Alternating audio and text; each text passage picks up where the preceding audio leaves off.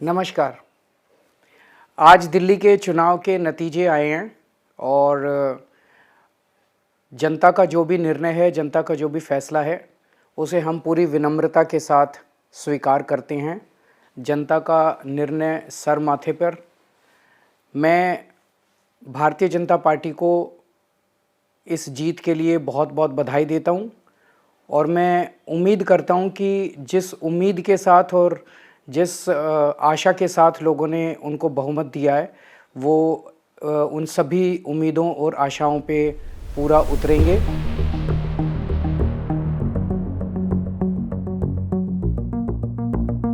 नई दिल्ली सीट की काउंटिंग पूरी हो चुकी है। दिल्ली के पूर्व मुख्यमंत्री अरविंद केजरीवाल को बीजेपी के प्रवेश वर्मा ने हरा दिया है। शुरुआत से ही अरविंद केजरीवाल काउंटिंग में प्रवेश वर्मा से पीछे चल रहे थे। अरविंद केजरीवाल इससे पहले 3 बार इस सीट से चुनाव लड़कर जीते थे। सबसे पहले उन्होंने शीला दीक्षित को हराया था।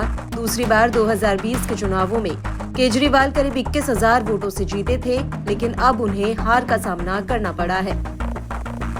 केजरीवाल की दिल्ली विधानसभा में बड़ी हार ने कई एक्सपर्ट्स को चौंका दिया है। विश्लेषण करें तो आम आदमी पार्टी सुप्रीमो केजरीवाल भी इसके पीछे एक बड़ा कारण नजर आते हैं। केजरीवाल की कथनी और करनी के बीच बड़ा अंतर रहा। आम आदमी की इमेज पोर्ट्रे करने के बाद लगदक लाइफस्टाइल की चाहत, 40 करोड़ के खर्च से बना शीश महल जैसा आलीशान सरकारी बंगला, देश को भ्रष्टाचार मुक्त करने के बड़े बड़े दावों के बीच शराब घोटाले जैसे भ्रष्टाचार के छींटे, इन सभी बातों से मतदाता का मोह भंग होता दिखाई दिया। केजरीवाल की तानाशाही पूर्ण नेतृत्व शैली, अड़ियल रवैये जैसी बातें भी उनकी हार के लिए कम जिम्मेदार नहीं दिखाई दे रही। आइए समझते हैं कि आखिर केजरीवाल कैसे मात खा गए। केजरीवाल ने अपने राजनीतिक करियर की शुरुआत आम आदमी पार्टी के नारे और साधारण जीवन शैली के साथ की थी। सूती शर्ट, जेब में सस्ता पेन, सस्ती सी वैगनआर कार, छोटा सा फ्लैट, कोई बॉडीगार्ड नहीं लेने की बात, कोई सिक्योरिटी नहीं लेने का दावा, गाड़ियों का काफिला।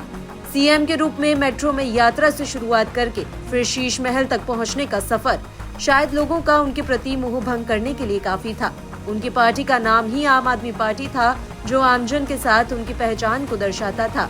लेकिन ये आम पहचान कब खास में बदलती चली गई, इसका केजरीवाल को भी शायद भान नहीं रहा, या शायद उन्होंने ध्यान ही नहीं रखा।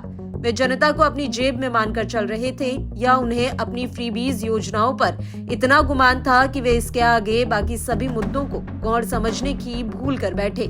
जो मतदाता को पसंद थी, वही यूएसपी उन्होंने छोड़ दी। उनकी नीतियों और कार्यशैली में बदलाव आया, जिससे जनता की अपेक्षाओं और उनके कार्यों के बीच अंतर पैदा हो गया। पार्टी के लिए फंड इकट्ठा करने में सारा जोर लगाना, इसके लिए किसी भी तरह के तरीके अपनाने से पीछे नहीं हटना, इन सभी बातों पर उनका बहुत जोर हो गया। जबकि जनता ने उन्हें इसके विपरीत कारणों की वजह से चुना था।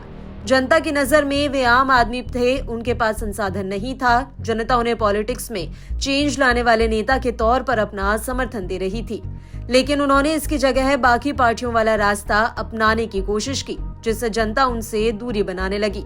हाल के वर्षों में उनकी छवि में 360 डिग्री परिवर्तन दिखाई दिया। जीवन शैली में लग्जरी का प्रवेश, फिर शराब कांड में उनकी सादगी आमजन वाली छवि को धूल धूसरित करने में बड़ी भूमिका निभाई। शीशमहल विवाद ने केजरीवाल की छवि को गंभीर रूप से प्रभावित किया है। यह आरोप लगा कि उन्होंने सरकारी संसाधनों का उपयोग करके अपने निजी लाभ का कई काम किए। कई सरकारी घरों को गिरवाकर अपने लिए बड़ा बंगला बनवाने की कोशिश की। उसमें 40 करोड़ का सामान लगवा लिया। जनता ने उन्हें चुना ही इसलिए था कि उन्हें अपने जैसे लगते थे, संसाधन विहीन लगते थे, लेकिन ये उम्मीद जगाते थे कि वे राजनीति की दिशा बदल देंगे, बदलाव की धारा बहा देंगे।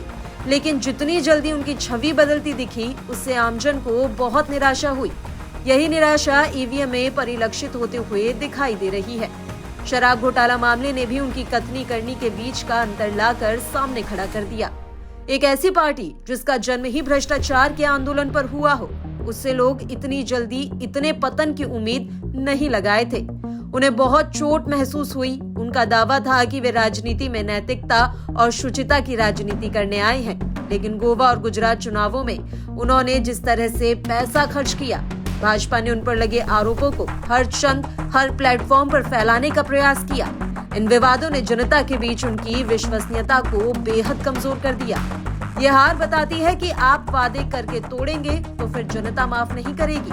उनकी पॉपुलैरिटी जबरदस्त थी, उनका आकर्षण अद्भुत था, लेकिन परिणाम बता रहे हैं कि जनता का मोह भंग होना केजरीवाल और आप के लिए घातक रहा। आप बड़े वादे करते हैं तो उसे निभाना आपकी ही जिम्मेदारी होती है।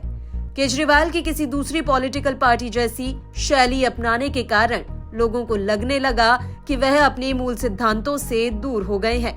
उन पर पार्टी को हाईकमांड शैली में चलाने और तानाशाही पूर्ण व्यवहार का आरोप लगा।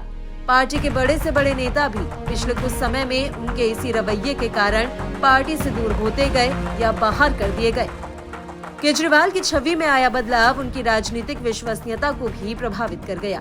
जनता को लगता है कि उन्होंने अपने मूल सिद्धांतों को त्याग दिया है, जिससे उनके प्रति विश्वास कम हो गया है। ये बदलाव उनके मतदाताओं, विशेषकर गरीब और मध्यम वर्ग के बीच निराशा का कारण बना। केजरीवाल ने शुरुआत में जनता से जुड़े मुद्दों जैसे भ्रष्टाचार, शिक्षा, स्वास्थ्य और पानी पर ध्यान केंद्रित दिया था, लेकिन धीरे धीरे वे फ्रीबीज पर पूरी तरह से डिपेंड हो गए।